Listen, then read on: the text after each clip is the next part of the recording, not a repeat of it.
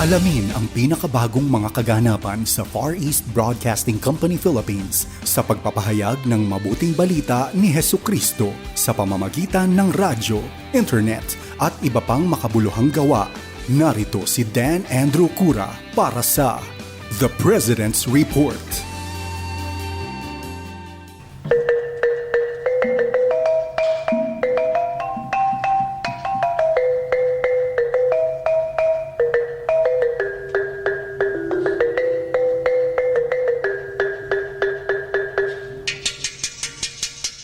Ang musikang inyong narinig ay mula sa isang grupong kulintang sa Mindanao.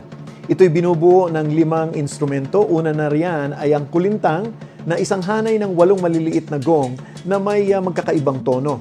Kasama rito ang instrumentong nagtatakda ng sukat ng ritmo at yan ang dabakan, isang tambol, at ang babandil na isang makitid na gong.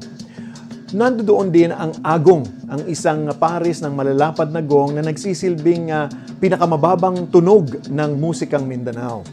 At ang panghuli ay ang gandingan, isang pangkat ng 4 na malalaking gong na tinuguriang gong na nagsasalita dahil nakagagawa ito ng tono na tunog na wikang Maguindanaon. Dahil dito ginagamit ang gandingan upang makapaghatid ng mga mensahe at babala sa komunidad. Kaya naman, hindi nga po nagkataon lamang ang panibagong stasyon natin ng radyo sa Cotabato ay pinangalanang Radyo Gandingan. Ang 106.9 DXGR-FM Radyo Gandingan ay nagsisilbi ring instrumento upang umugnay sa mga taga Mindanao, lalong-lalo na sa mga Maguindanaoan. Dala nito ang mensahe ng kapayapaan at ng mabuting balita ni Isa Almasi na siyang pagkakilala kay Hesukristo ng mga Muslim. Ako po ang inyong kaibigan, si Dan Andrew, at samahan po ninyo ako upang mas makilala pa natin ang 106.9 DXGR-FM Radio Gandingan dito sa The President's Report.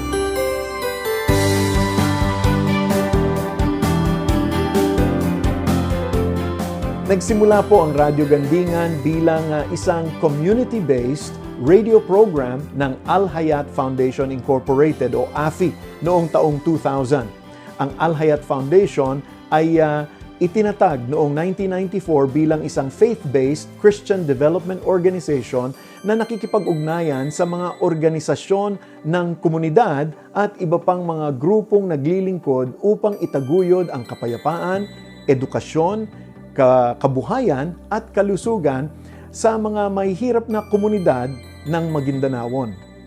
Ang pangalang Al Hayat ay salitang Arabic na nangangahulugang ang buhay, na siyang tumutukoy naman sa pagsuporta ng organisasyon sa populasyon ng mga Muslim sa Mindanao, partikular na ang Maguindanaon, kasama na rin ang mga katutubo ng Iranon, Teduray at Manobo. Layunin nila na tulungan ang mga komunidad ng Maguindanaon na gumawa ng makabuluhang kontribusyon tungo sa kapayapaan at kaunlaran ng Mindanao. Alinsunod sa kanilang layunin, nagsimulang magsahimpapawid ang Radyo Gandingan bilang isang oras na programa sa radyo kada linggo sa isang stasyon ng radyo sa Cotabato. Sa paglipas ng mga taon, ang Radyo Gandingan ay nagbigay daan para sa pagpapalawig ng impormasyon, edukasyon, advokasya at pakikilahok ng mga miyembro ng komunidad. Dito nagbigay ng pagkakataon ang mga leader ng komunidad upang talakayin ang mga issue sa komunidad at ayusin ang mga salungatan sa kanilang mga nasasakupan sa pamamagitan ng radyo. Sinanay din ng Radyo Gandingan ang mga residente para maging talents at volunteers ng kanilang drama radio program. Maging ang mga tagapakinig ay nagsasabing ang mga drama na kanilang napapakinggan sa radyo ay nagdulot ng positibong pagbabago sa kanilang pananaw at pag-uugali, lalong-lalo na sa aspeto tulad ng relasyon sa pamilya, pangangalaga ng kalikasan at pag-iingat sa kalusugan. Matapos ang isang dekada ng paghahatid ng mga gawaing medikal sa komunidad, nagpatuloy pa rin ang Radyo Gandingan sa pagsasagawa ng mga medical at dental missions sa mga lugar na hindi naaabot ng mga serbisyong ito. Kasunod ay ang sumiklab na gulo sa Marawi noong Mayo ng 2017. Nagbigay rin ang Radyo Gandingan ng balita at impormasyon mula sa mga government at non-government organizations para sa mga evacuees. Ang kanilang ipinakitang malasakit at kawanggawa sa mga programang nakasentro sa komunidad ang dahilan kung bakit malaking-malaki ang tiwala ng mga mamamayan sa impormasyong hatid ng Radyo Gandingan. Dahil sa papel na ginampanan ng Radyo Gandingan sa komunidad nila, ang FEBC Philippines ay nakipag-ugnayan sa AFI upang itayo ang Radyo Gandingan bilang isang low-powered community FM radio station sa Cotabato. Nagbigay ang FEBC ng mga teknikal na pasilidad sa pagbo-broadcast, pati na rin ang pagsasanay para sa mga programa ng staff. At noong March 12, ang mahabang panahon ng pagpaplano, paghahanda at panalangin ay humantong sa opisyal na pagbubukas ng stasyon ng 106.9 DXGR-FM Radio Gandingan. Narito po ang ilan sa mga highlights mula po sa kaganapang ito. Dito po napatunayan natin na yung mga bagay na tunay na nagdudulot ng pagbabago ay nangyayari ngayon through our radio station. At hindi po mangyayari ang kundi sa pagsasama-sama ng mga tao na nagbubuo nito. Kayo po yun, tayong lahat po. So sama-sama po tayo.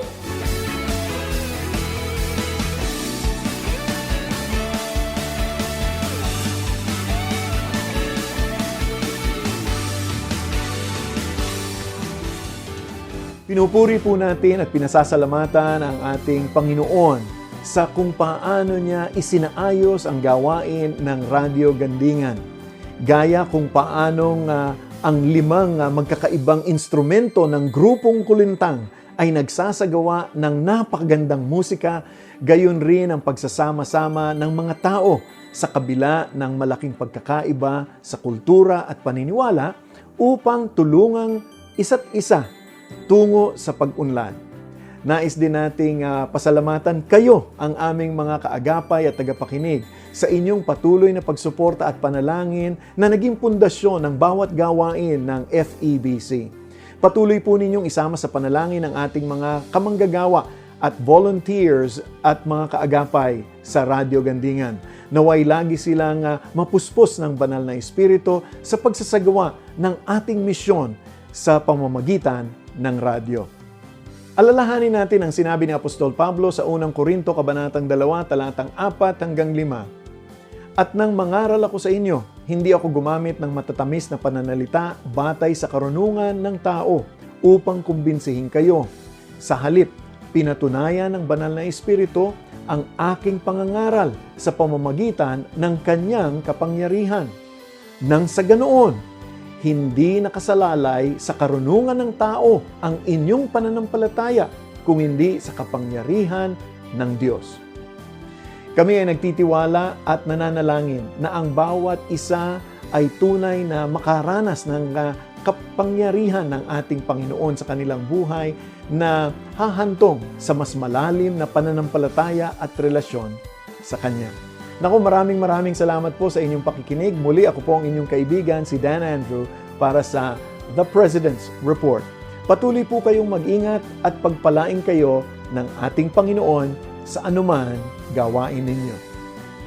Inyong napakinggan ang The President's Report. Kung nais ninyong maging kabahagi ng gawain ng Far East Broadcasting Company Philippines, bisitahin ang aming website donatenow.febc.ph o mag-email sa info@febc.ph para sa inyong mga katanungan o mungkahi.